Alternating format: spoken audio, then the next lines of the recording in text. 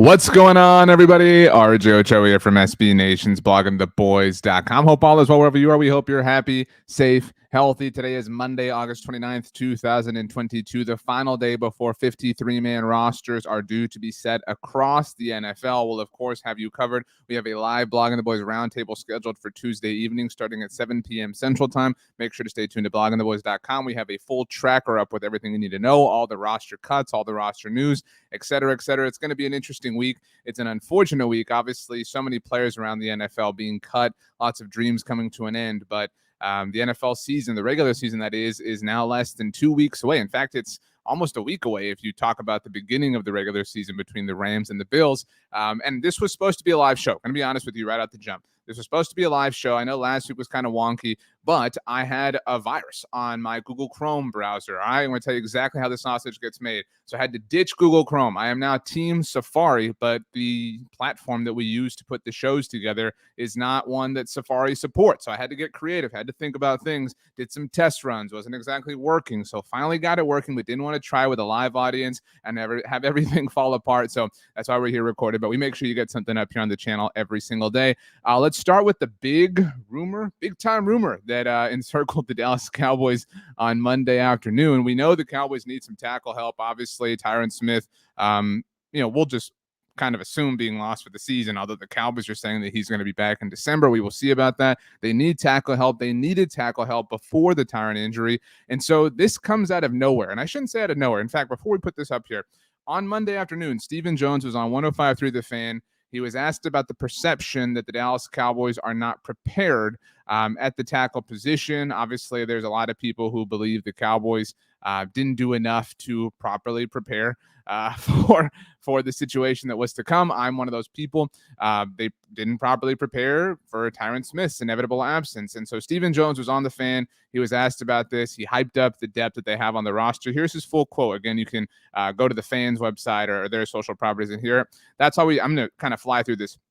That's why we drafted at the end of the day, why we did draft Tyler Smith. I think we're very much on record saying we thought he was going to be our future left tackle. We were looking for ways to get him on the field sooner and thought that Tyron coming into camp healthy, Tyron is one of the best in the business when healthy, if not the best, blah, blah, blah, blah, blah. He goes on to basically say that the Cowboys drafted Tyler Smith to be their left tackle of the future, which is true. Nobody's going to sit here and deny that, but they did not draft Tyler Smith to play left tackle in 2022. That's the disconnect here. And the Cowboys are now trying to sell this idea. And what's more, the Cowboys had a swing tackle problem before the Tyron Smith injury. And so while now they're trying to solve the Tyron Smith problem, they still have a swing tackle problem. But that takes us to what happened just a few hours after the Stephen Jones interview. Aaron Wilson of Pro Football Network reported. You can see the first report in that smaller box if you don't use Twitter a lot. That was the initial tweet.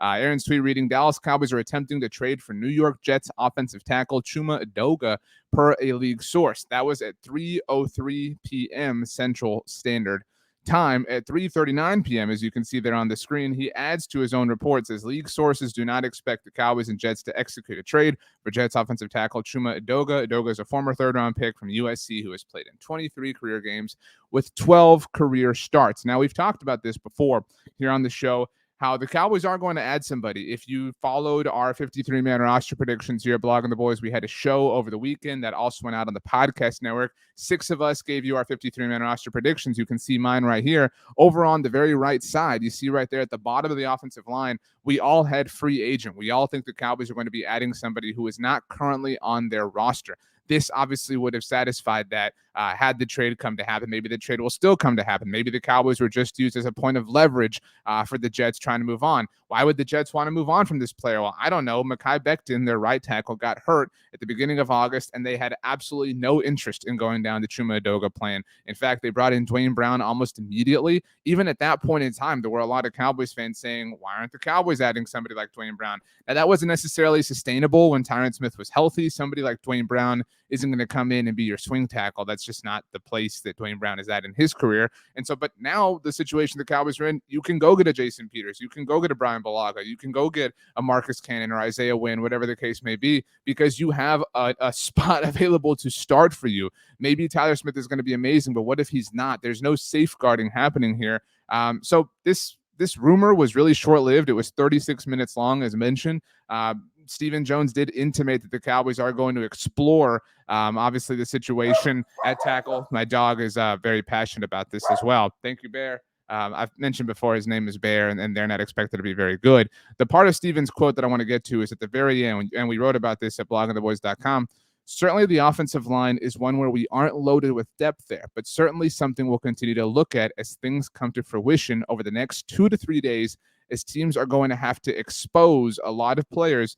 And we'll look at that, and we'll look at the veterans that are out there and see if we wanted to beef up right there. But that first part, certainly the offensive line is one where we aren't loaded with depth there. Hey, Steven, if you had listened to us or just done your job at the beginning of this offseason, you would have loaded up with depth. This is not the time to load up with depth. This is not the time to try to cross these I's and dot these T's. That should have happened a long time ago. So, yeah, it makes sense that you're in a struggling sort of place, because this is not the time of year that people are looking for starting left tackles now that you need one with the Tyron Smith injury. So that's kind of the main situation that the Cowboys are dealing with, obviously, as they get ready for 53-man roster cuts. The other thing that kind of popped up that I thought was really interesting, ESPN's Todd Archer is one of the very best people who covers the Cowboys on a regular basis, does a phenomenal job, one of the best people on the local beat. I tweeted out on Monday morning that of the Cowboys' 41 penalties throughout the preseason, that 22 of them came from players who are expected to be significant contributors to the team throughout the season. Todd added that he thought that number would be lower. He was kind of interested that it was 22. And that's, that kind of, I think we all somewhat thought that right after the Broncos preseason game when the Cowboys had a billion penalties. And we were all sitting here saying, you know what, this is just, well, a lot of people were saying, I know I wasn't, these are all players who aren't going to be on the team, whatever, stop giving the Cowboys a hard time, blah, blah, blah. But Todd Archer is saying that there are 22 or were 22 of 41 is an interesting data point, right? It is interesting to think about. So we actually asked Todd if he had the information available, which players were called for what penalties, because some penalties are ticky-tack, right? Some holdings are debatable. Some pass interference calls are debatable. Some even unnecessary roughness calls are debatable. But things like offsides, things like 12 men on the field, those are just blunders. You cannot excuse that no matter if you're a rookie or a veteran. Todd was gracious enough to give us the information that he was able to sift through. Nahshon Wright had a holding penalty and 3 defensive pass interference. That's 4 penalties throughout the preseason for Nahshon Wright. Dante Fowler had that offside and the unnecessary roughness penalty. Of course, we all know how Mike McCarthy handled Dante Fowler. Tyler Smith had 2 holding penalties and a false start. Again, the holding is a little bit, debatable, a little bit subjective. The false start's obviously tough, but he's a rookie, and now he has an even larger responsibility on the team. Deron Bland, illegal contact. Sam Williams, 2 roughing the passer penalties, an offsides penalty, illegal use of hands, and unnecessary roughness. People get out of Tyler Smith for all the penalties throughout the preseason, but Sam Williams was definitely doing what he could to be the team leader. Jalen Tolbert, false start. Kelvin Joseph had the offside on the field goal. We actually, that was the one we asked Todd about specifically. That was against the Broncos when Brandon McManus missed the field goal. Kelvin gave him another shot. He ultimately did make it, literally costed the team points. Peyton Hendershot had the false start, illegal shift, and a hold. Josh Ball had 2 holding penalties and 1 ineligible man downfield. I don't think any of these penalties, the more we look at it, I know we gave the Cowboys a hard time. I don't think any of them are big problems, like massive problems, things that cannot be fixed, but they're obviously not ideal. You obviously have to take care of these things, but this is still interesting. I think this is interesting to note. It is not just all 41 penalties were from, the down the roster players, the players who aren't going to be playing in the NFL on Sundays. These are all, think about these names: Nahshon Wright, Dante Fowler. Dante Fowler is a veteran. We talk about his experience and his relationship with Dan Quinn.